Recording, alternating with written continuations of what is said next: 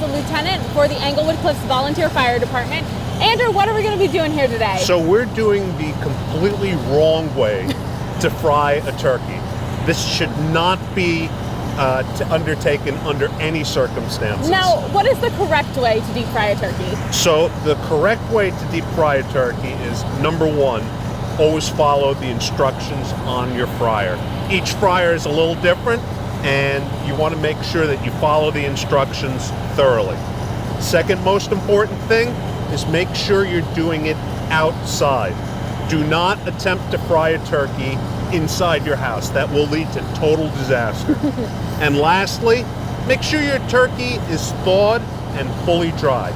A wet turkey or a frozen turkey will basically not react well with the hot oil inside that pot, generate a steam explosion, and you have a fire.